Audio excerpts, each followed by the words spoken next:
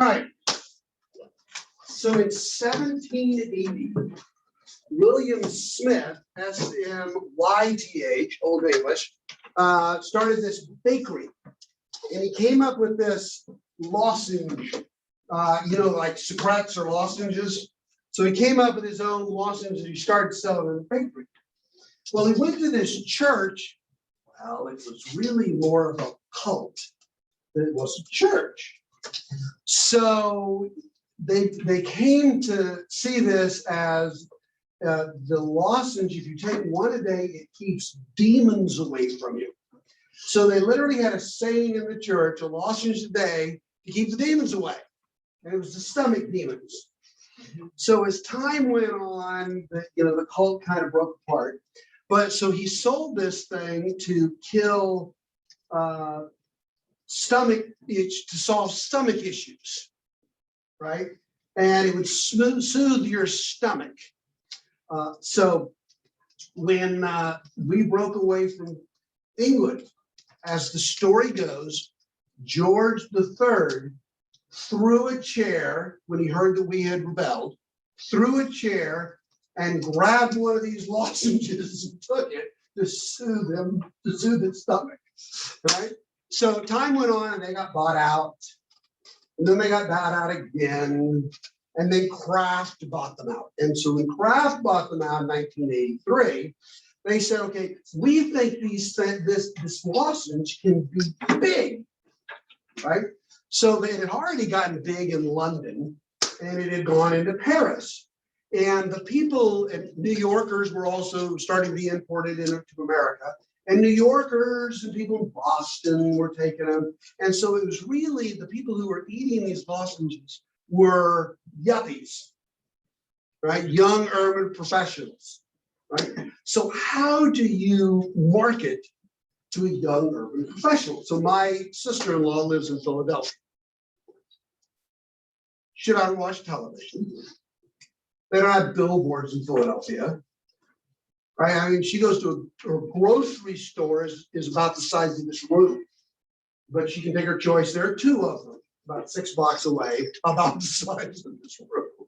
If they have it, you want it. If they don't have it, you don't want it. So when they come down to visit us, we take them to Walmart, and they wouldn't rent a small car to come down. They rented a van to drive down and see us, and they would fill up with all the, because they didn't know the car. They'd rent a van, they'd fill their van with stuff from Walmart, and it was the greatest Christmas present they ever had. So how do you market to someone? They walk to work, or if it's raining, they take the bus. So Kraft said, okay, we got to market to these young urban professionals, and we're going to expand it to Chicago and San Fran and Houston and Atlanta, and we want to hit these young urban professionals. So they advertised by posters, and in the posters on the bus stops and on the benches in town and on the buses when the bus drives by and in the subways. And so they advertise these things. And here are some of their ads that maybe you've seen.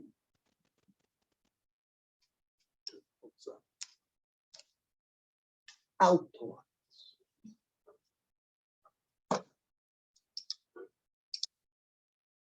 Nice Altoids. Hold on. So here we have regular Altoids, and then we have, instead of peppermint, we got spearmint Altoids. What do we call it when we go for, when we have our original product and we get another product? That's a variation. You guys had a lousy principles of marketing. You should have had somebody good, and they would have taught you what it is. No, somebody. What do we call it?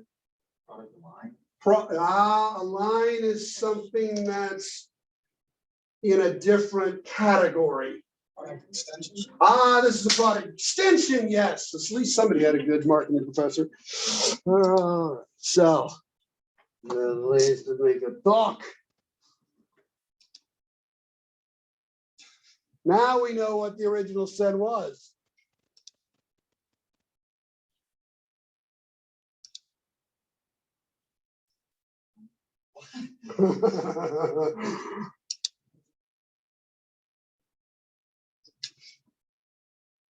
Puberty. Normal for your Altoids to change.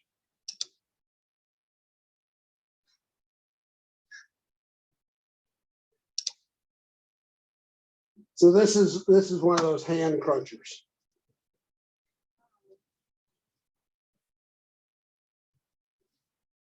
So I will admit I've never taught this class in a room that had such a small screen. So if we need to move the tables up, you just let me know. We can do that. Put hair on your chest.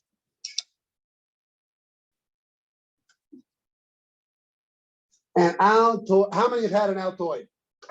How many may have Altoids with you? Yeah, Pop is good. Yeah, had some the other day. Okay, so has everybody had me before? Anybody not had me? Anybody not had me? Yeah, you've all had me. I'm sorry. All right, so we're going to do a lot of these during the semester. Let's see if I can move this somewhere where it goes away, hopefully well enough. So we'll do a lot of these this semester. So these are 2 ads, right? And so the question is, one of these was effective and one of them was not effective. Now, both of them ran. So the company, Breathe Right, thought they were good. But one of them worked, one of them didn't. So get together in groups of 2 or 3 and discuss which one worked and why. I want you to know why, what's good and what's bad about this one, and what's good and bad about this one, and which one worked. Now, I will share with you when I do these, unless I tell you, I've got statistics from our pre-marketing group, pre and post, on the effects, whether it was effective or not, and why it was effective. And I actually have the numbers. So when I say this one was effective and that one was not effective, that's correct. Those are true. Okay. When I give you a comparison and I don't have those facts, I'm going to tell you I believe this one was effective and the other one was not effective, and we can discuss why. Okay. Go. We're around each other. And if you need to, do we need to hold desks up more? Is there a way we can pull this up on my laptop? I can look at it later, but not today. You guys want to come up here?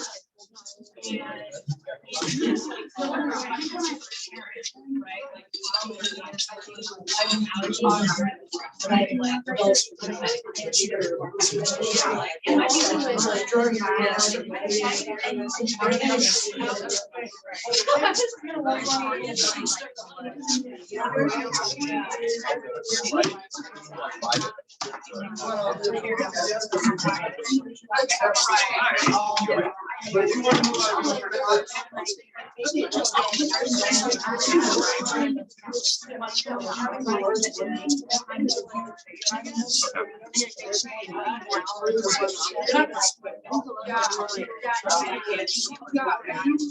yeah, but also like the right ones, like I feel like the words don't like pop. so this says drug-free instant relief from stuffiness due to colds and allergies. Never looked this good.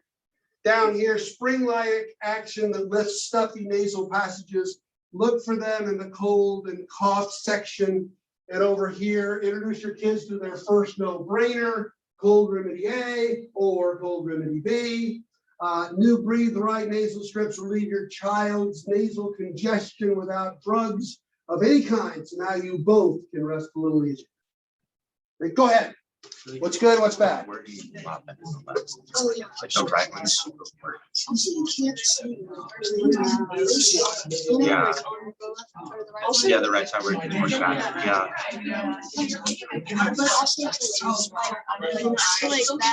And cells. Yeah, yeah, exactly. And I mean, Right. And then, but also like the breathe right, so like logo, like for the box, it pops a little on the right. These are also just from like. Dr. Steve, how close are these ads like Right, same time. Here. Oh, okay, okay. Easy testing. Okay. So what's your like? Well, one on the left, we got, yeah, for sure. All right, two things to note. Number one, a graphic designer did both of these. Okay, number two, both marketing teams approved them. All right, the graphic designers and the marketers work together. You don't have one saying go for it and the other not saying we're not going to go for it. Right? So we work together. Marketers come and say, I want this and I kind of want that. And then the graphic designer comes and boom, and then the marketer looks at it and says, okay, now one of the goals, and you'll see on the syllabus, when I hand that out, I've got in bold here, it says the goal of this course is to enable you to review an ad or a communication and within 5 minutes, recommend how to change the material to make it correct. So what we're going to see, and we've got, I mean, here at AU, we really do have the best graphic design teachers in the state. Hands down, they're great, right? I've been in the class. So like for tenure, I went into Tim Speaker's class and reviewed him, and I'm telling you what, that man's master, right? Now his style as graphic designer he's really nice. He's a nice guy. So you get into a real ad agency and you hand them something, they're going to say, this stinks. Thought you were better than that. Whereas Tim's going to say, let's talk about it. What's good here? So we're gonna look at these and we're going to have different perspectives and the graphic designers going to give as a marketer. So the graphic designers say, we want it really to look good and to catch people's attention. Well, as a marketer, I don't necessarily care about that. What do I want? I want it to be effective. Right? All right, so let's do over here to this one. Good and bad. Well, I should ask first. That's a bad. It's not a pad, it's a bad. All right, so how many like this one best? Raise your hand. Okay. How many like this one best? Raise your hand. Okay, so we got about half the class in each, right? So, all right, so what's good about this It's very like, it's simple, straight to the point. one? Okay. Easy to understand. It gives you a choice and it shows that they're good in the back. Okay, so you got a choice. It identifies a clear need with a clear solution. Okay, you got a need solution. Very clear target audience. Okay, clear target audience. And who's the target audience? Moms. Moms, right? Not dads, not children. Your child, child's not gonna pick this. Right? All right, what else is good about it? Even the colors like contribute to the comparison. So you like the colors? Yeah. How many don't like the colors? Well, that's interesting. So here we have slime green and yellow, or maybe this is nasal drippage color and okay, all right. So what color do you think it should be? Blue. Blue. Okay, which one? This or this? This one blue. And this is being yellow. Yellow. All right, somebody else. You didn't like the colors? What colors you want them?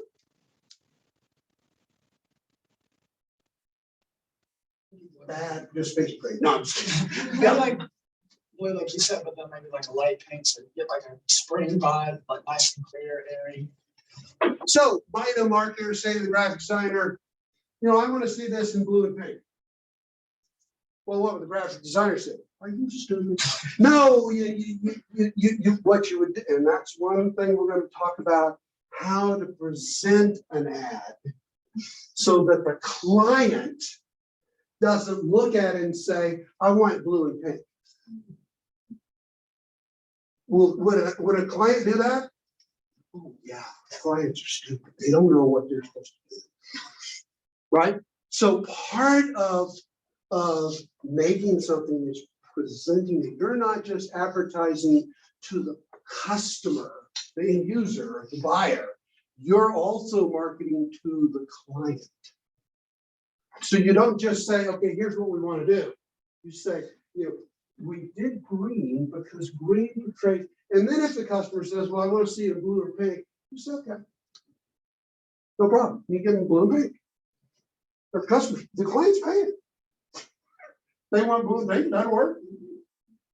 Then what do? We said, well, can I recommend that we A/B test this?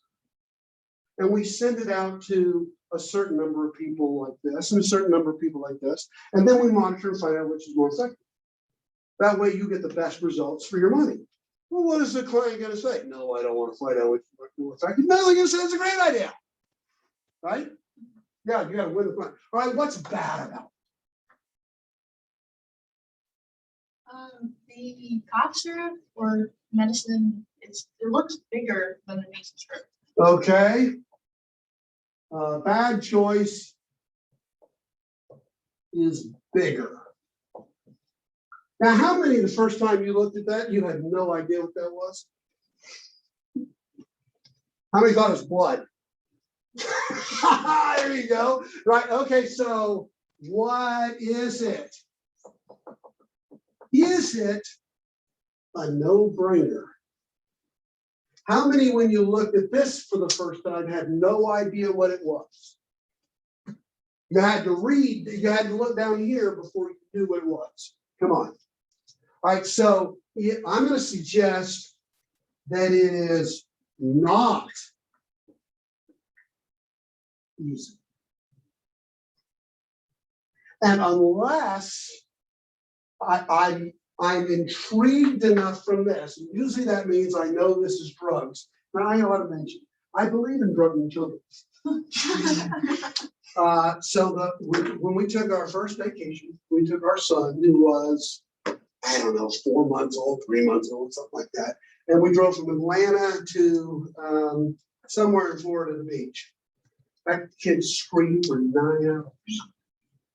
9 hours.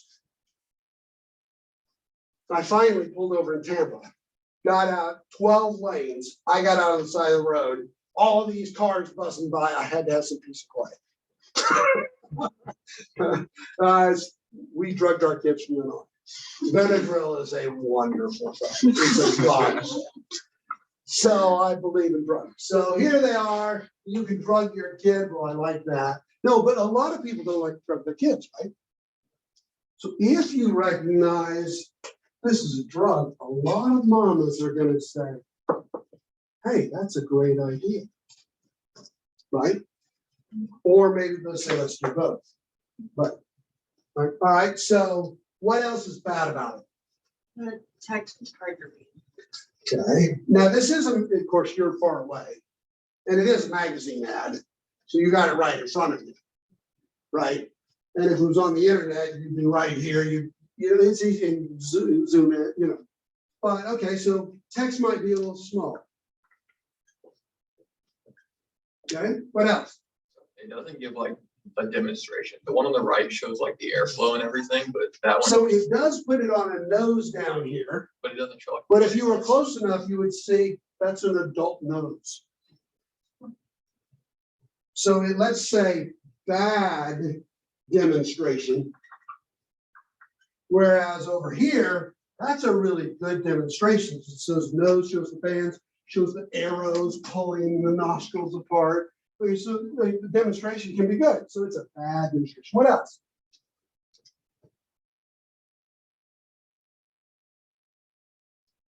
So if I was looking at this, I would say, all right, the package pops, stands out very clear. I know what it is.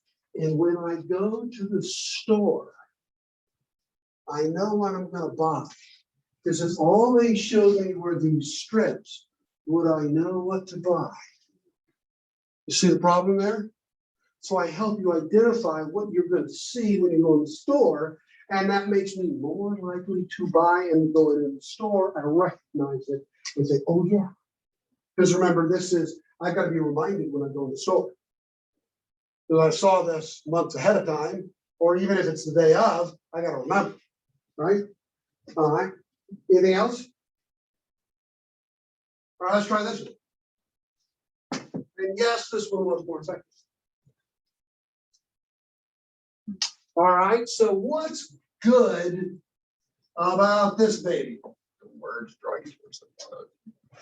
Like So you like the words. What do you like about the words? How does it draw you? the placement of them, it's like right over the. Okay, so it's centered. What else about the words? You like the curve? Are there curves? How many like the curve? How many don't like the curve? All right, so what they're trying to do is trying to illustrate that this goes around here. And of course, this is very, very see-through. Like, can you see this? See the strips in the back? She's wearing it. You can. Okay, so it's clearer to me. But when I think of breathe right strips, I think of football players, and I think men who snore. So yes, there are times when I wear these things. I can tell I'm gonna snore. I'll put one of these things on, right? But ladies, do you want to wear that? That's you can tell what it is. No, but if it's clear, so clearly this is to a female audience, right? And we have a female down here. Right? What else is good? Using a person because it makes more person. Faces. People are naturally drawn to faces. Now, she's big, right? We're going to call that giantism. Bigger than life, right? And she's looking at you to draw you in, right? And she's pretty, right? Ugly does not sell. You will never see me in an ad. Not a chance, right? We find somebody who's handsome. All right, what else is good about it? Come on, you guys are talking a lot. Hell, what's good? I mean, it kind of goes along with the attractiveness, but the fact that because she's wearing a breathe right strip, you know that she's sick, but she doesn't look sick. It doesn't look, so it doesn't look sick. So it looks like it's working. And I mean, she's got makeup on. She theoretically might be able to work like this. Certainly be on Zoom. Right? All right, what else? She's smiling, so she's enjoying using the product. Yeah, it's a pleasant experience versus a bad experience. Good. I can see that in here. How about contrast? What do you see that's good contrast? They did a good job with the packaging again, so that you know what to look for. Know what to look for, and it pops, doesn't it? Pops. Right? What else? Her eyes and her lips contrast. It just kind of, they like stand out. Yeah. Very good contrast, makes them pop. Yeah. What else? What else is good? Like you can, the important words on the ad are like bigger and it's less wording at the bottom. Okay, so we've got number one, good content. What am I interested in? Drug-free, instant relief from stuffiness due to colds and allergies. Looks good. Good content, right? Speaks to me, speaks to my needs and my desires. What else? Come back to the words, having the words and the strip juxtaposed like that. Yeah. Drawing you to the words before the strip, so you really don't notice the strip at first. Okay, and then it hits you. Yes, good. Good. What's bad about it? Some of you did not like it. What's bad? It's really wordy. Really? I think the biggest negative I thought was maybe because we were so far away, but it was really hard to see. like at first I couldn't even really tell what they were advertising, like the strip, which I guess is a good thing because it's transparent, but like I felt like I couldn't see what the product was. And that's important. So like if we were gonna do a billboard like this, no, right? Would not work as a billboard. You gotta be up close and personal to be able to see this like this. Otherwise you miss it. So where we're gonna put that thing and how we put it, poster on the street, I wouldn't know what it says, right? Until I got right up to the poster that's on that bus stop, right? So it's gotta be, this is close and personal. So where I use it is really important. It's good. What else?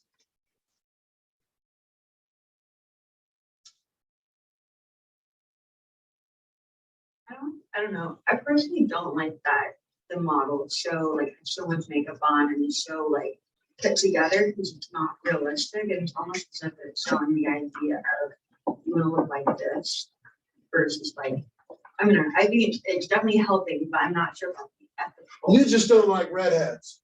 No, I'm just kidding. But you know what I'm saying? It's more of like I don't know. I'm thinking it's more ethical side of. So you favor more, let's use natural. Okay. Cool. All right, so let me pass these back. If you guys would look at this, I'll turn lights on. So what I've got here is something for you to fill out as we look at different ads throughout the semester, and we talk about different principles. Yeah, and I'll try to turn these off and see if that helps. And I'll try to set something up where I can either cast it to your iPads or I'll put it in Dropbox or something like that, so you can pull them up and see them better. All right, so we look at this. You notice the first thing we start off is I told you what we're interested in is the ad effective. What does that mean? Is it effective?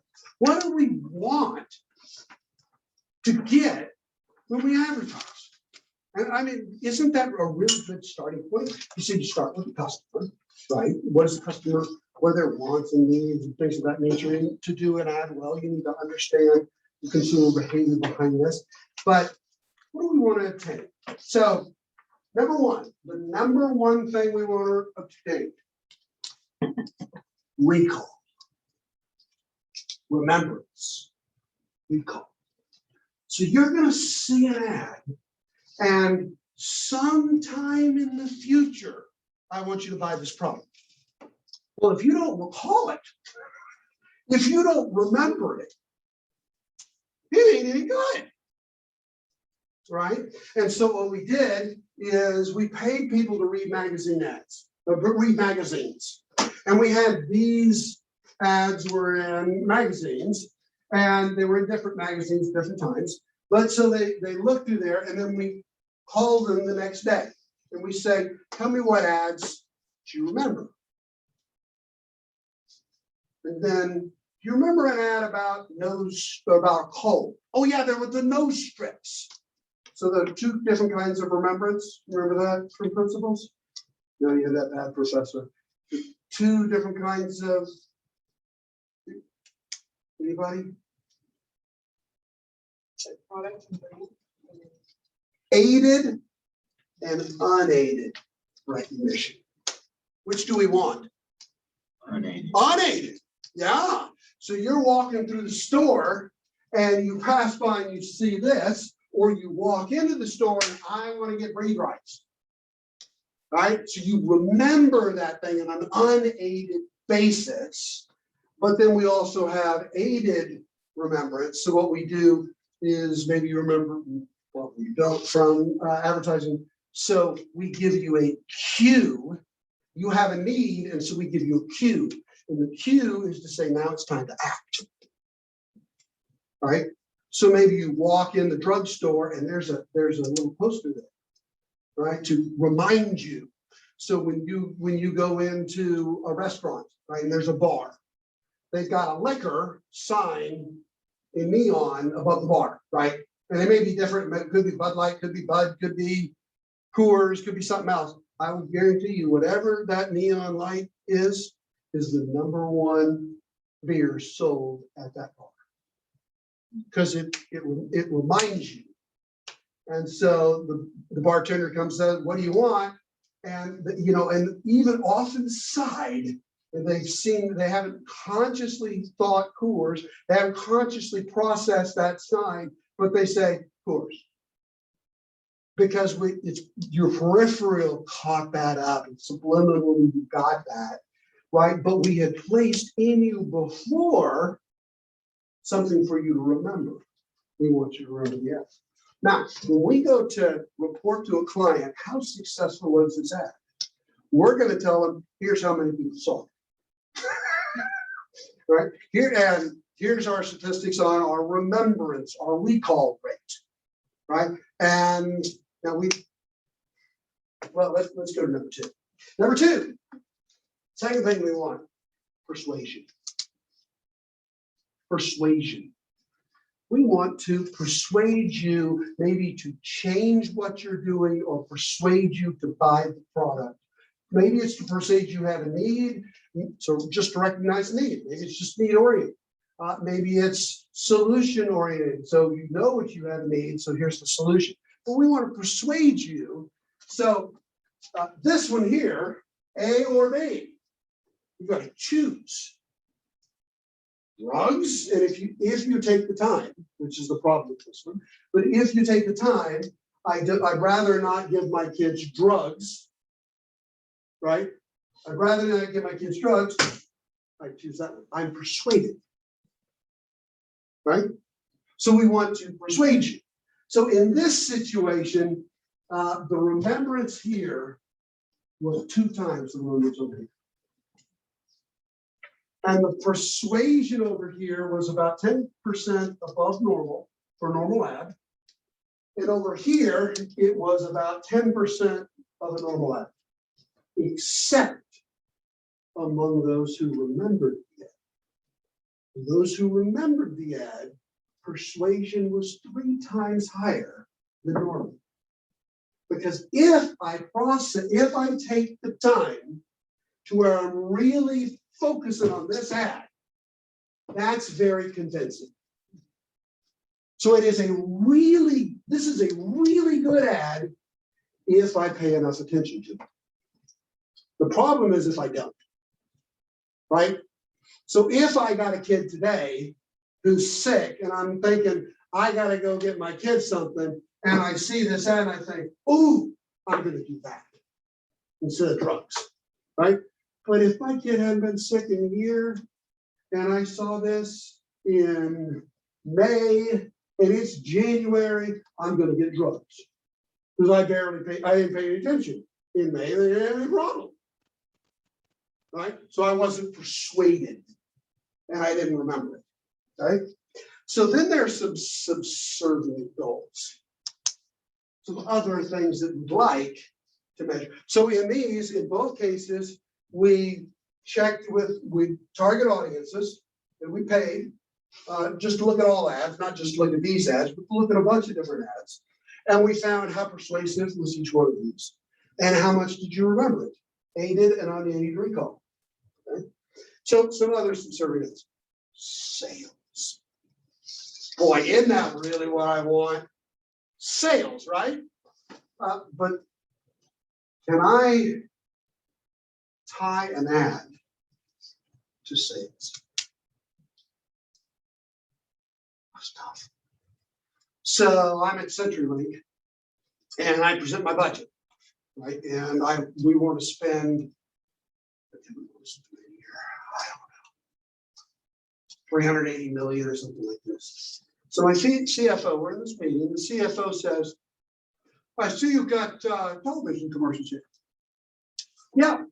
So you're going to do one, I see you want to do one starting January. Yes. How many cell phones are we going to sell because we do that ad? Nobody knows as well as I do. Nobody knows. Do I know exactly how many people are going to see that ad? No, I can make a guesstimate, right? You know, I mean, I've got Arbitron and Nielsen ratings. So they say this is how many people were watching the show at this time. And so I can make a guess. And so I say, here's how many views we had, right? And if we do tests afterward, we can test remembrance and persuasion, things of that nature. But sales go up 10%. How many of those were because of the TV ad versus our newspaper, versus our billboards, versus the in-store posters that we have? Well, I don't know. Yeah, so he wanted to cut the television budget for our mobile phones. What can you imagine? So mobile phones without television commercials? This is stupid. Now, can I quantify? No. But would I like to? Yes, and are there some ways to do that? Number one, there's some ways to make guesses that we're going to talk about. But number two, there is a bunch of marketing that you guys can be involved with that you may not suspect at all that you can be involved with that might be your entire career that you can directly tie the materials that you do to the sales. Okay? So we're going to look at that. All right. Number two, I desire to see it again. Now, if you want to see that ad again, that's a good sign it's an effective ad. So wouldn't I love for an ad to be viral, right? So where people come to work and school the next day and say, did you see the ad on? Yeah, and then I pull it up to you, I pull it up on YouTube and I'm laughing again. I'm actually laughing. The first time I saw it, I didn't laugh. Oh, no, that's good. But now when I got my friend there, I'm laughing, right? And everybody, oh, come on over to look. And we, you know, and I'm sharing that. So I'd like to see it again. It's good enough. I mean, how many ads have you seen? You don't want to see it again. It comes on the second time and you're like, I've seen this. Right? I desire to see it again. So next is it generates thoughts, feelings, and or a conversation. It generates thoughts or feelings or a conversation. So one of the greatest advertisements AT&T ever had came out of a news report. A hurricane swept through Galveston and Ida, and it wiped out everything. And so this reporter is reporting on it. And as they're walking down there, all these homes are, you know, just gone. And suddenly a phone rings. And the reporter in the newscast goes over there and picks up the phone and says, hello. No, they're not here. Right? And so AT&T put that on there. The world can get blown away, but AT&T is there. And everybody remembered. People were crying when they saw that. It just touched your emotions, gave people chills, right? So if I can generate a response, then maybe it's an emotional response, maybe it's the thing, I wonder if I should stop giving my kids drugs. But you thought about it, right? If I can generate thoughts, that can be a really great response. It's something I really like. And the last one is engagement. So, especially nowadays, a lot of people are going to want to say, here's how many reposts we got. Here's how many shares we got. Here's how many likes we got. Here's how many comments we got. And if we're getting a lot of comments, especially positive comments, and sometimes negative comments are just as good as positive comments, right? Because we got people talking about, no, that's wrong. Yes, that's right. And we got people talking, so we got this engagement going on. That can be a real goal of advertising. So, goals, right? So let's think of the breathe right straight this, right? So principle number one, so you can write a principle down there. I got the lines for you to put down there. And I used a couple lines for this when I wrote it. So the first line I put easy. easy. If I have to think, I don't. If I have to think about it, I don't want to think. I'm not in this for you. I don't want to know your information. So this one comes up, A and B. I see this. I'm not sure what this is. I see this. I'm not sure what it is. I flip the page in magazine. It's not easy. Whereas this one is pretty easy.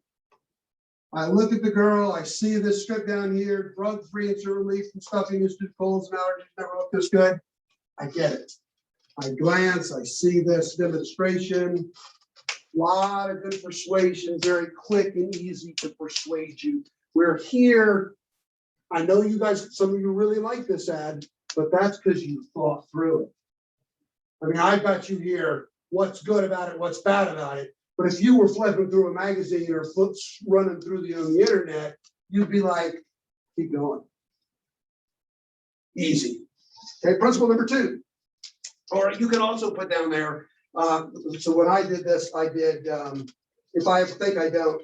And so I also put, it's an easy message to understand. And I put instant communication. That's all under easy. It instantly, I get it. So bump ads, you guys know what bump ads are. So if you go to Hulu, you got several different choices of video to watch before you see your show, right? So a bump ad on YouTube or on Hulu, a bump ad is a 6-second ad. I'm going to give you everything in the information in 6 seconds. Bam, we're done. It's got to be easy. You're going to talk in 6 minutes. Then you've got ads that are 15-second ads. And then you've got a 30 or 60-second ad, but we show you 6 or 15 seconds of it, and then you get the chance to skip. Well, I don't want you to skip it. So those first 6 seconds better be good. Easy to understand, right? Second principle here, to demonstrate the product. Demonstrating the product is a great way to communicate, to persuade someone that this will work for me.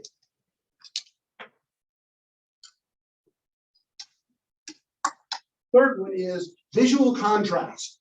So here, the this versus that, the A versus B, when I make you choose something and you're choosing, that is really effective because it makes you think, conclude, decide, make a judgment. So we tend to remember when we think and we make a judgment, we remember. So that's really helpful. Right? Giantism. Bigger than life. Grabs my attention. So giantism is very effective.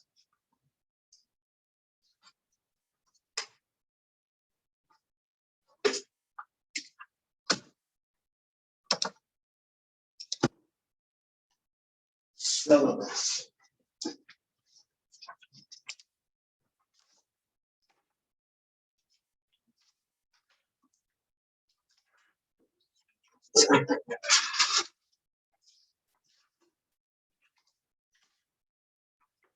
So we're going to do, first thing, we're going to do a lot of those little, this or that, your magazine. I do a lot of magazine ads because they're bigger and they have more, but the same principles apply to Instagram and things like that. So we're going to also look into Instagram ads and, so we'll be comparing and contrasting to understand the principles of what works and what doesn't work.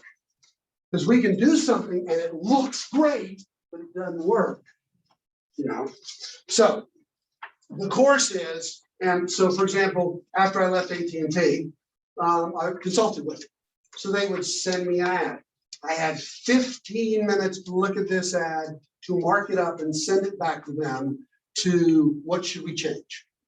move this over here, delete this. And so I had about 5 minutes to look at that thing and say, good or bad. When I had my folks, when I was a Citrus, I had to approve every ad that we did. Right? Comes in my desk, it also say, Joe, we need about, we were in a rush, we're late on this. Can you get this done in 15 minutes? In fact, I didn't take more than 15 minutes on any of them. Like, no. Cool. Perfect. Right, or, no, we changed it. And generally what I would do is then when they came back, I'd say, so we want to change this over here. So they understood what I wrote. Anybody ever read my writing? So I would explain so they know what I mean. But also it's a teaching method, right? So the next time it comes to me, we're gonna have that mistake. It's no big deal if you make a mistake. I want to make mistakes, but so I try to tell them why so they understand the principle. So they go, all right, so on the first page, I think the only thing that's important is you got my cell phone number. So if we got a test and you talk to a couple friends and none of you know what the answer to this crazy question is, you text me or you send me an email, I'm watching for it, right? Or I'm in my office a lot, but you want to talk to me, please come by. I always have candy. I've added to my chocolate. Now I have Skittles. They're this summer #1 candy in the world has changed. The Z generation loves Skittles. Right, so I got little packs of Skittles. So that's how I make friends. I certainly can't do it with my personality. So come on by, you want to talk, but you can always text me and say, are you in your office? Yeah, come on by, or I'll be there in 30 minutes, something like that. Or no, I feel like dying, I'm going home and take a nap. All right, so grading, you notice class participation is 5%. So we're doing a lot of stuff like this. I expect you to talk. I want to hear you. If you don't, coming in a semester, you get a 50, that's not my fault. You got to participate, right? So when I say, you look at some of this and talk, that's hard to be participation because it's hard not to do it. But then what does it mean? Share, right? And you say, well, I really don't like to, but remember this, when somebody hires you, they're not hiring you to know the answers to shut up. You go to work, they put a sketch up there. Okay, what do you guys think? They want to know what you think. Right? So you gotta use talking. Reading the books, 5%. All you have to do is read it. You write a paragraph. I think you write, here's 2 things I learned from this chapter. Right? So you gotta buy the book. And I've got the book stuff here, but I got a link. So if you go online and click the one that's in Canvas, it'll click and go right to the book. Right? So the book is How to Write a Good Advertisement. And it's about copywriting, how to have good content. Okay? I don't cover any of it in class. None. I don't have time. I got too much stuff. I got too much to do. So I don't cover it. So you're going to write, here's 2 things I learned from the paragraph. So that easy 5%. You just got to read it. Okay? Let's see. Then we have individual assignments, 5%. The final group project. Notice there's an ad agency project. So we'll talk about that later. In a couple of weeks, we're going to do a midterm project. And what you're going to do is you're going to pick an ad series. So like a series of commercials, like say the Geico caveman, right? And you're going to pretend that you're part of an ad agency and you made those 3 to 5 ads. Okay?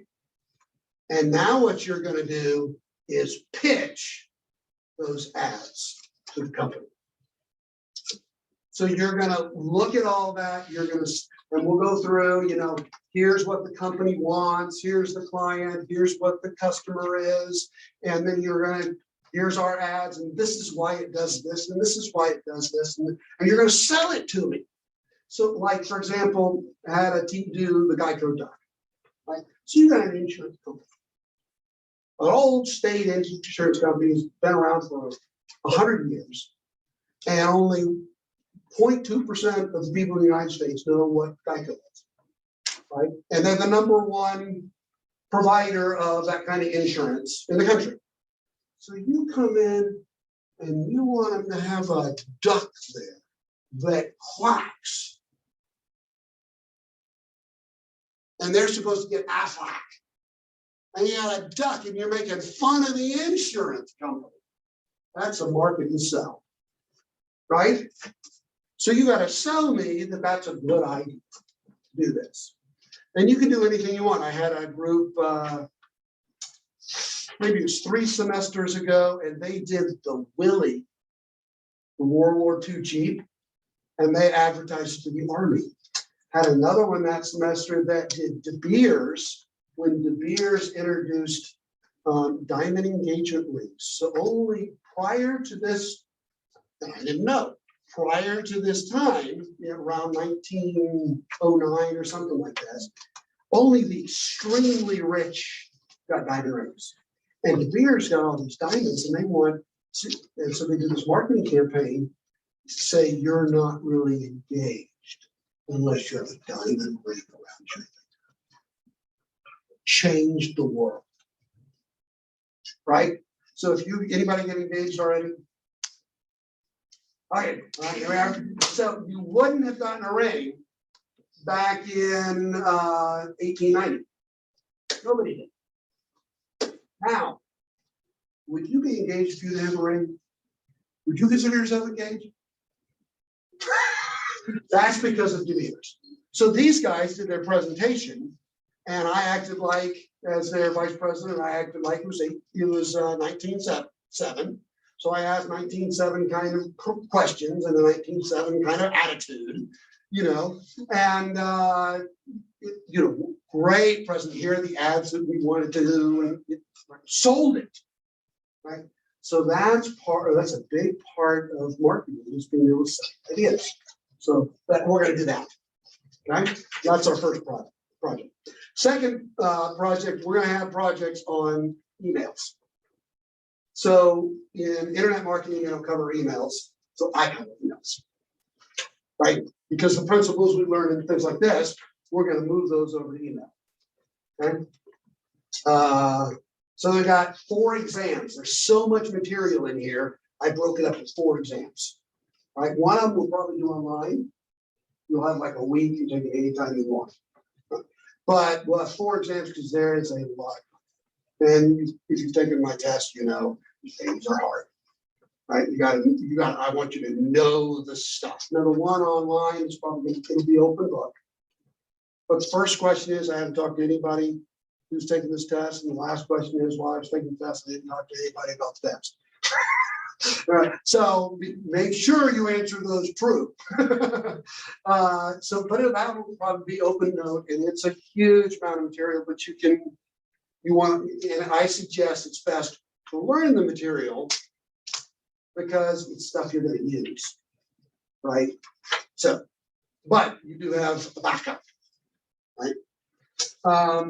Big note, of course, which you've seen before with me as you've had me, is that on team projects, you'll evaluate each other. And I'll grade the team, and then they'll grade you. And if you're a bum and they give you say you did 50% of what you should do, you get 50% of the credit. So do what you should do. We got this biblical integration question. It's in here and on Canvas. At the end, you're going to do an 800-page or an 800-word 800-word paper on why this ad is bad. You'll pick an ad that you see sometime during the year, and you'll write, this is a great ad, and here's why. Using the principles, of course. And you'll pick another one, there's a stinky ad, and this is why it's stinky. Okay? And that's part of the final exam, 5% time. So we got to read the book. We're going to Super Bowl reviews. So you're going to have to go and look at all the Super Bowl commercials last year. And then I'll give you a website, you'll look at them, and then you'll evaluate them. And then we'll come in class and we'll talk about different commercials and how you evaluate. Okay? We'll talk about this ad discussion later on. I did this, the 2 ads, I got 4 ads, and half of you will write out what's good about this one, what's bad about this one, or what's good and bad about both, and which one you like the best and why, and you'll post that. And then the other half of the class will come in and say, I agree with you on this. This is really important. I also noted this. Right? And then the other half of you will get the other 2 ads, and you'll take lead on it. And the other half of the class will say, I agree with you about this and this. I also noticed this. Or I disagree with you on this. And, cool? All right, so I should give you, for this next one, the assignment for today. So go to the course schedule, which is tentative, you know, things can always change. We could spend too much time on something. We didn't spend enough time, so I can add something. Right? So over here on the right, today, you need to sign up for 5 B2C, business to consumer email lists that you currently aren't on. So I suggest one of them should be Bed Bath & Beyond, because they are really bad and I want you to see it. Right? So you need to go to bedbathandbeyond.com, click over on sign up to be on their email list, and they'll start sending you more emails than you've ever want in your life. Right? You got to do that for 5, plus you have to be getting Amazon emails. Yes. So is it? so we 6 got total. 6 total, thank you. Okay. So you're going to do 5 that you choose, really 4 that you choose, because you'll do Bed Bath & Beyond, and you'll do Amazon. Now, if you're not getting Amazon emails now, I've got a PowerPoint in Canvas that shows you how to turn it on. Okay. Now, here's what you do. You're going to get, so now you're going to get 5,000 emails. You want them. So you need to set up a folder that is emails for this class. Okay. And then when the first email comes, you direct all those emails to the folder. So they automatically go to that folder. So they won't be in your inbox. They automatically, you just set a rule up and they automatically go to that folder. Okay. And then later on the semester, when we're going to analyze these things, you can double click on that and you'll be able to analyze. Here's my view of Bed Bath & Beyond, or here's my view of Coldwater Creek emails, or here's my, is JoJo, I don't know where you guys go, but whatever you all like. I just can't remember right now. I've seen it in the past, but I can't remember what they are. So sign up and start doing those emails. Okay, so you notice on August 30th, by August 30th, you gotta go into Canvas and you gotta write something that says, here are my 5, and you say, and I'm getting the Amazon emails. Okay. Very easy, just do it, easy point. Cool. So I've outlined probably all the assignments, but we might add some, depending on how things go. We might have to cut one. If we're spending too much time enjoying one thing, then we'll have to cut some. But this is a pretty good guess of what things are and when they are. Right now, like I've got the 3rd test down here. Well, if we haven't covered all that material, we'll have to change the date a little bit. Right. But so it's tentative, but it's pretty close. Okay. Questions about that? But always look ahead. So like on September 6th, I've got this YouTube video that you've got to watch. Okay, so you can go in Canvas, pull up the thing, click, and it will take you to the video. So you just go to the Canvas assignment, click, and take the video. Now, the video is, I think it's 39 minutes, right? So it's how to use MailChimp. Okay, so you watch it, and then you have to set up a MailChimp account. We're going to go over email, right? Depending on the year, MailChimp is always one of the top 5. I think last year was number 2, year before was number 1. So it switches around. But you're going to sign up for the free account. I've got on Canvas an Excel spreadsheet with everybody in this class's email. If somebody joined, I'll have to add that in there, but I've got everything. So you're gonna take that list and you're gonna put it in your Canvas account.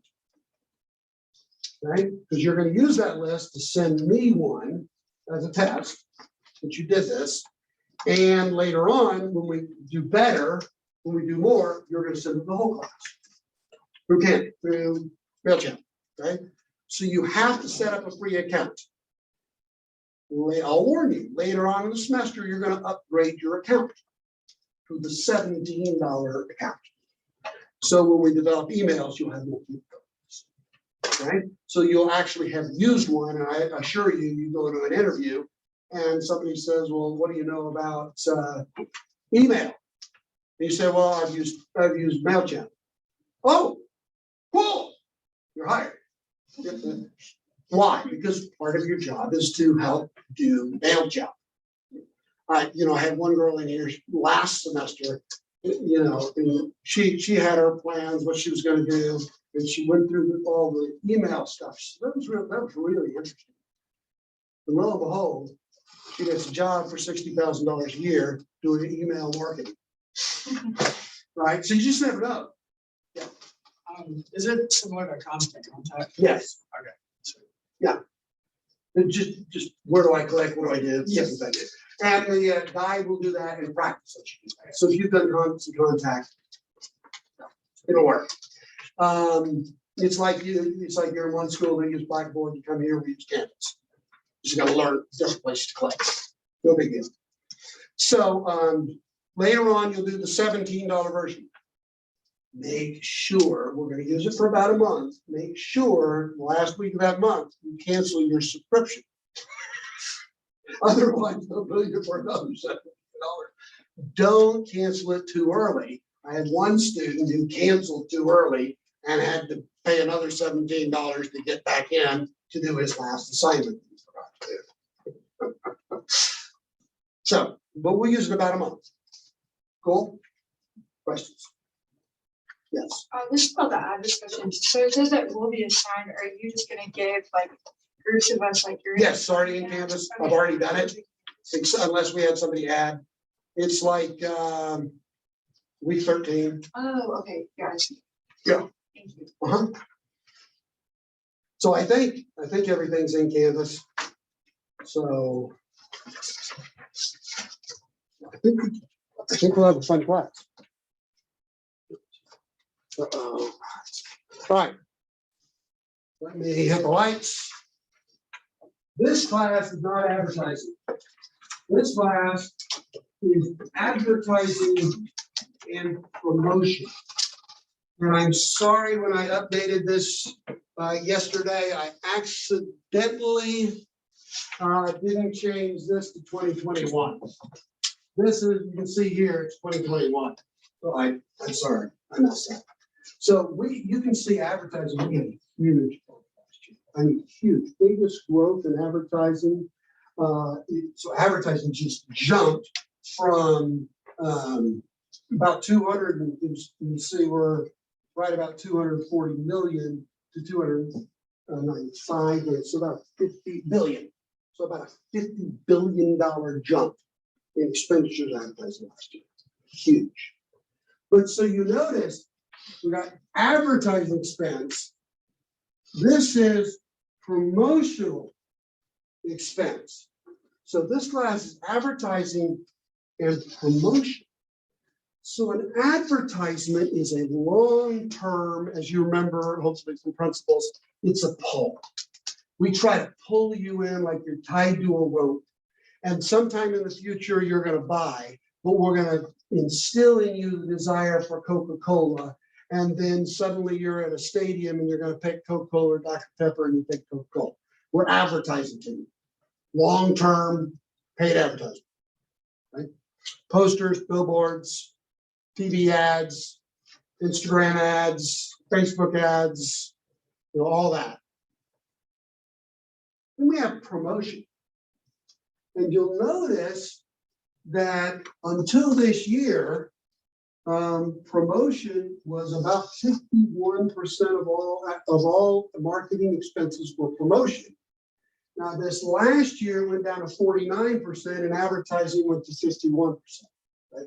So that's unusual.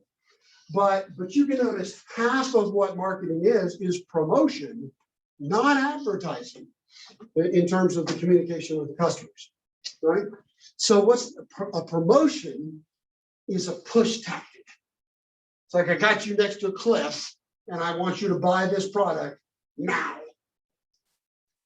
Right? So I push you. So how do I do that? Coupons, a direct offer. So I send you an email and it's got a 25% off. Click here, you get 25% off. That's a promotion. Now, one reason I like promotions is because one of my goals is sales. And I can tie a promotion to a sale. Right? I put it on sale for 3 days for 25% off. This is how many I sold during that promotion. Here's how many I sold after the promotion. I know exactly how effective that promotion is. And of course, that's why companies love, one of the reasons they love promotion is because I can tie the marketing expense to the revenues and to the profits. Right? So promotion. So if I give you a t-shirt, I'm promoting it versus advertising. If you go in to buy a tube of toothpaste, right? And I have a Crossrough coupon on there that gives you 50 cents off a toothbrush. Crossrough, it's a coupon on one product, but advertises nothing, is marketing the other product. That's a direct promotion for a different product on this one. We call that a Crossrough coupon, right? Or you go in and you actually buy a Sunday newspaper because you want the coupons. Right? And you go on the internet, you pull a coupon, right? And you go to the store, here's my coupon. You're like Dr. Whitehead, who teaches supply chain. She is a coupon maniac. She's got this storage area in her basement where she gets all this stuff. She'll go in and she'll buy $2,000 worth of stuff for $30. She's brilliant at it, right? So those are promotions, right? To get you to buy now. And so you're thinking, well, I'm going into advertising. Well, actually, you may get your job and you find you're actually doing promotions.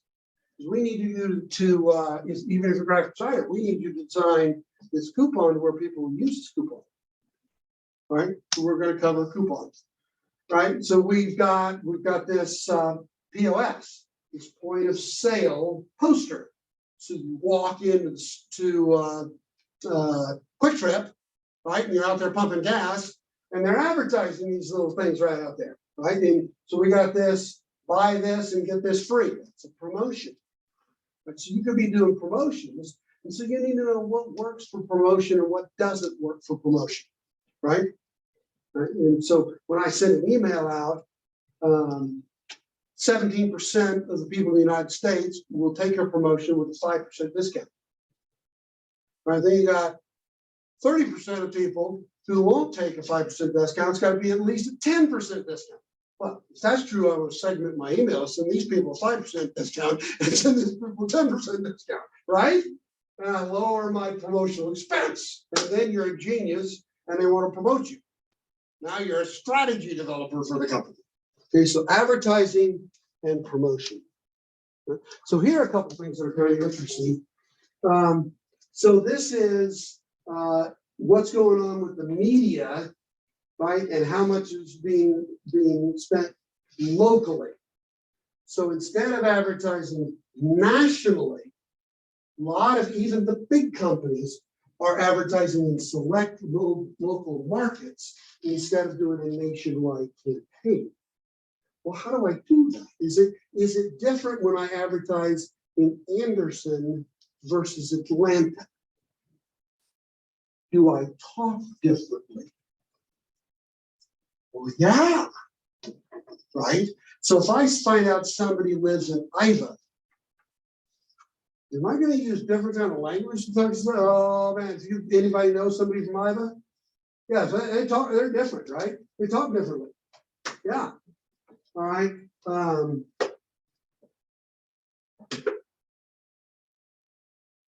So social.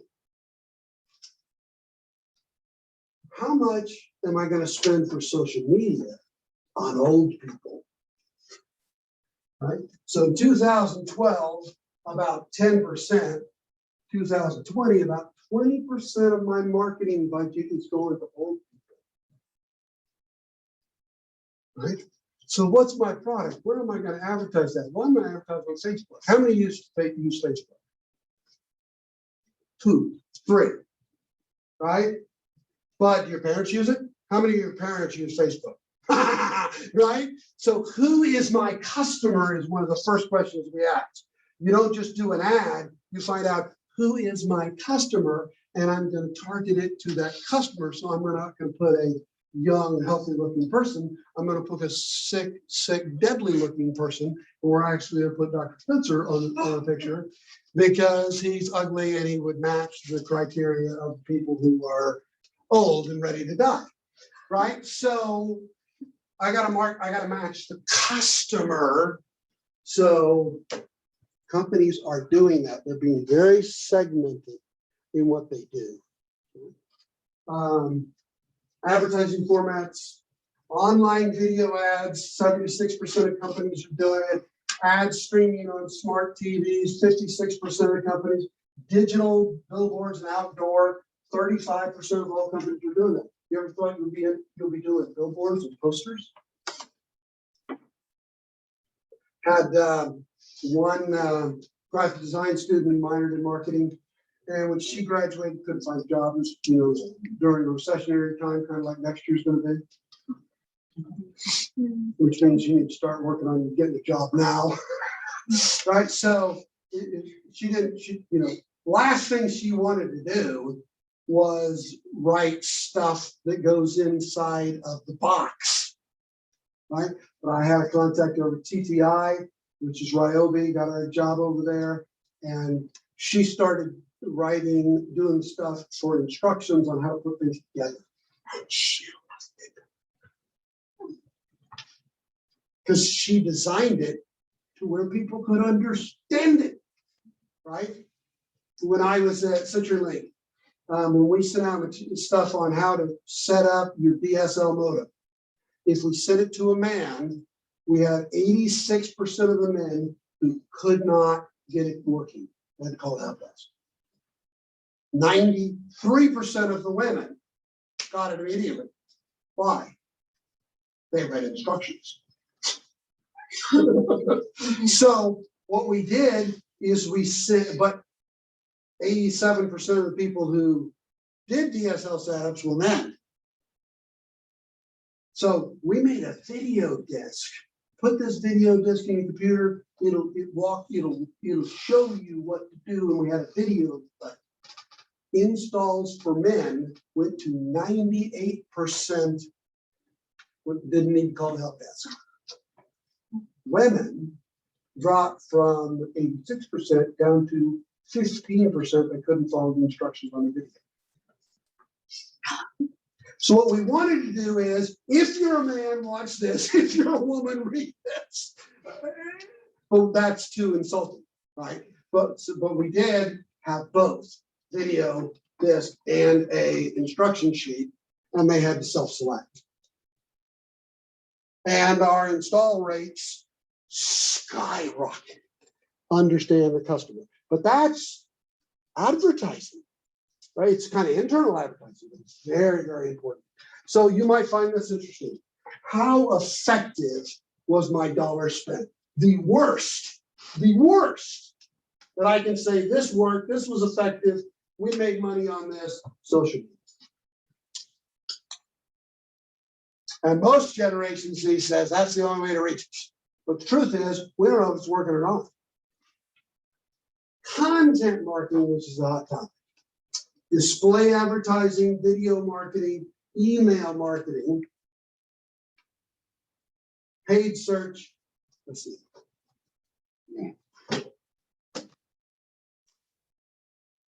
What happens when I see an ad? I'm going to skip your online ad. 68% of people. I'm going to change channels during your TV commercial. 66%. I'm going to click out of your digital ad 57. I'm not gonna open your direct mail to me 50%. I'm gonna skip a magazine ad 46%. I'm gonna change the radio station when your ad comes on 46. I'm gonna unsubscribe from your email marketing 46%. I'm gonna discard your promotional product. You send me a sample. Only 20% is going to do that. Very effective. Email marketing. Did you know 65% of all purchases on the internet originate from an email? 65%. Email marketing is really. Boy, do we need to make sure those emails are good, because most of them, do you open them? Right? You don't even open them. And if you open them, you look at it, it's like, delete this. Right? And the worst thing you can do is if you unsubscribe to us. Or I guess worse is you call us a spammer and report us. Right? So I get an ad. I pass it to other people. 30% of people will pass an ad they like to someone else. I visited their website after I saw an ad for about 28%. I saved an ad for future reference. Are you kidding me? That's about 28%. I purchased. Oh, that's bad. 8% are actually going to purchase. Got to persuade, not just see, but persuade. Okay. How are we doing on time? We got we got a minus a minute. So let me not do integrated marketing. Let's stop here. You guys have a great day. I think we're gonna have a lot of fun in the class.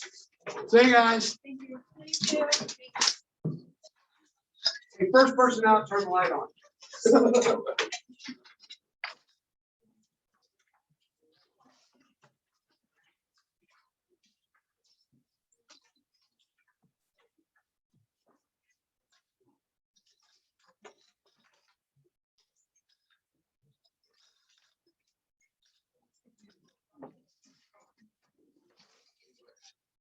Thanks, bud.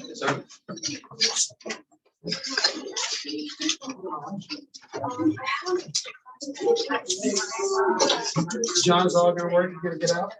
Yep, yeah, I've finally figured it out. Good. I'm in class from 8 AM to 4:30, Tuesdays and Thursdays, back to back.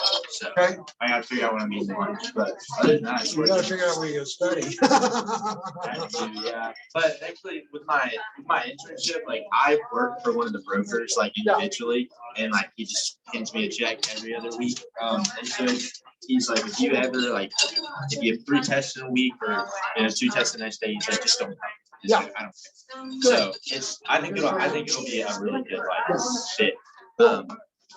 Also, I was like a minute late. I accidentally went to the police spot and I didn't check it. Yeah. Make sure you sign the list. Tell me what you want to be called.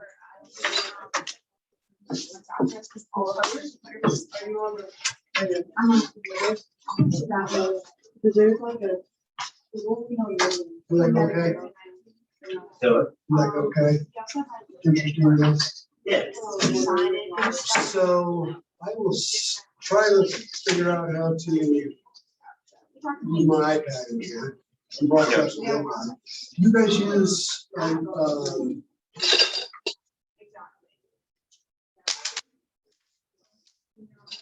because you can use any kind of storage besides Google. They use your Dropbox. Yeah, I use Dropbox personally. Not for like school. I think.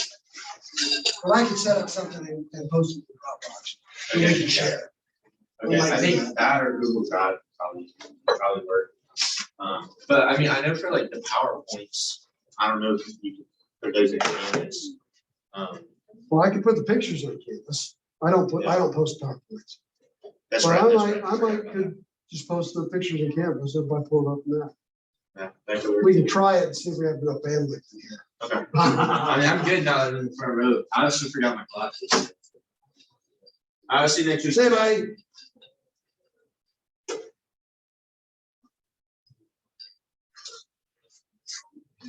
Hey,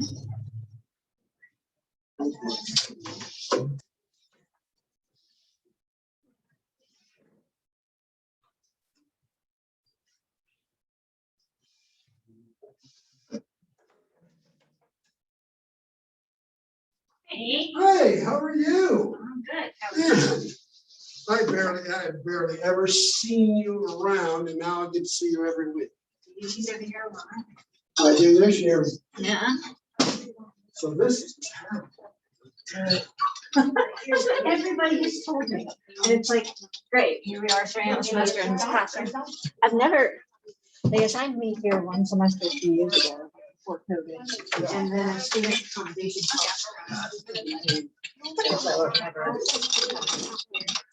But that one day that I was in here, I was like, started class. Log out. It looks like it's very. There's no way to